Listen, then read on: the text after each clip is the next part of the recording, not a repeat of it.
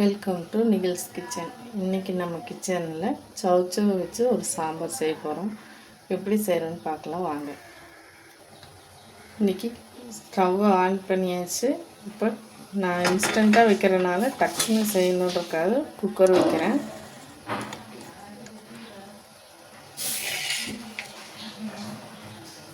சின்ன குக்கரில்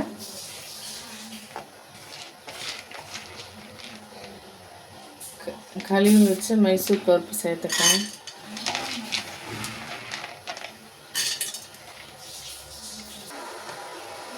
பருப்பு கூடவே நம்ம தக்காளி, சின்ன வெங்காயம், பூண்டு இதெல்லாமே சேர்த்துக்க போகிறோம்.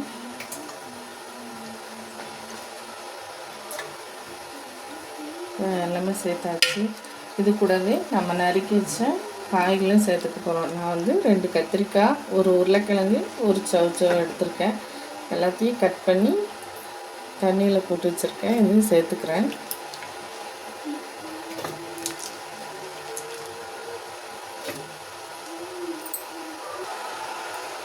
இது கூடவே நம்ம மசாலா பொருள் சேர்த்துக்கலாம். 1/4 டீஸ்பூன் மஞ்சள்தூள் சேர்த்துக்கிறேன். கொஞ்சம் 1/4 டீஸ்பூன் சீரகம்,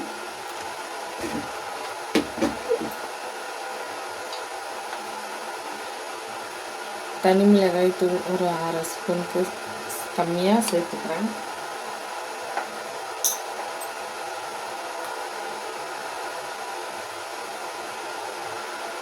ஒரு ஸ்பூன் சாம்பார் பொடி சேர்த்துக்கிறேன். தேவையான அளவு உப்பு சேர்த்துக்கிறேன்.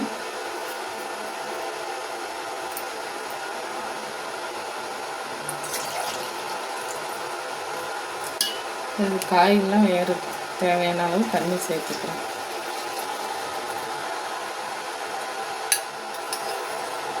ஆயில் 2 ஸ்பூன் சேர்த்துக்கிறேன்.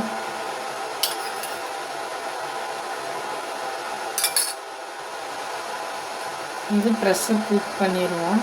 மூடி வச்சுட்டு 3 விசில் விட்டு இறக்கி பார்ப்போம். சாம்பார் விசில் விட்டு இறக்கியாச்சு. இந்த அளவுக்கு வந்துருச்சு. இப்போ நம்ம இது கூட தேங்காய் சேர்த்துக்கலாம்.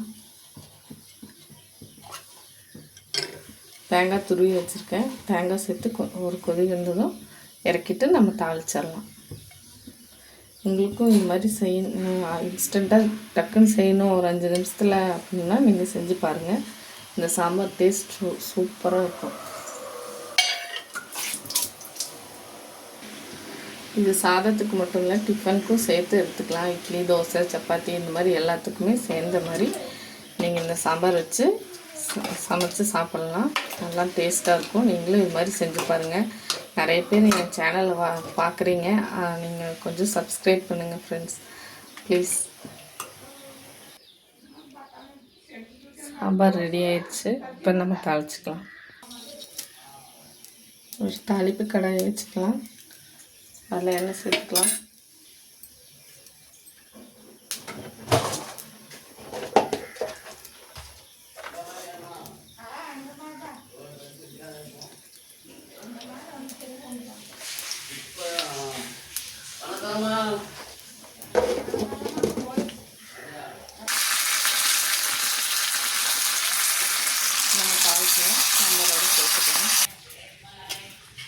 சாம்பார் ரெடி ஆயிடுச்சு. இந்த மாதிரி நீங்களும் உங்கள் வீட்டில் சமைச்சு பார்த்துட்டு டேஸ்ட் எப்படி இருக்குன்னு கமெண்ட் பண்ணுங்கள். உங்களுக்கு பிடிச்சிருந்தா ஷேர் பண்ணுங்கள், சப்ஸ்கிரைப் பண்ணுங்கள்.